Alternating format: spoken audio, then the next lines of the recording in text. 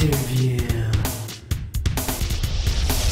Hey everybody, it's Ricardo and I'm here on the WonderCon show floor with Mike Donges, who's development director at Double Helix, and they are not only working on the new Green Lantern game, but they are showing it off here at the show. So Mike, tell us about this game. It's called Rise of the Manhunters, so it's not based on the film per se. It is set in the same universe as the film, but it has its own completely unique storyline. We still have Hal Jordan as our Green Lantern. We still have Ryan Reynolds lending his likeness and his voice to the project. And we have a few of the characters that are appearing in the film, and then we expand on into other realms of the DC universe. Now, this is an original story set after the film, but Manhunters, for people that read comics, are a little familiar with them. So, might someone that knows the comics well have an inkling of what the story might be about? It actually is a completely unique story that was penned by Marv Wolfman, who seems to know a thing or two about the Green Lantern universe.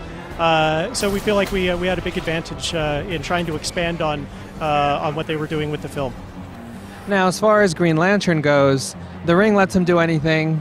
He can create whatever's in his mind. Little tricky for a game. How did you guys sort of narrow that down into something fun? Well, I think that the key to that is that they can come up with anything that they can imagine, and each of the Green Lanterns, each of the human Green Lanterns, has their own personality and their own imagination. So Hal Jordan has a tendency to dream up the kind of things that you'll see in the game, which are a bit more practical from his imagination. Things like baseball bats and Gatling guns and giant boxing glove fists.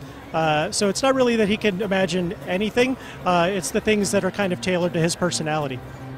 Now, this is a single-player experience, but you guys have included a co-op sort of solution for people that want to play with a friend. How does that work? Well, you could basically drop in and drop out of the single-player campaign at any time you want to. So if you're sitting there playing the game by yourself and a buddy comes over, you could just pop on in as Sinestro, play for as long as you want to through the single-player campaign, drop back out, and continue as a single player. So it's a completely seamless experience. All right, well, thank you, Mike. Well, there you go. That is your first look at Green Lantern Rise of the Manhunters here, playable on the WonderCon show floor. Be sure and check back on the site for more in the months to come.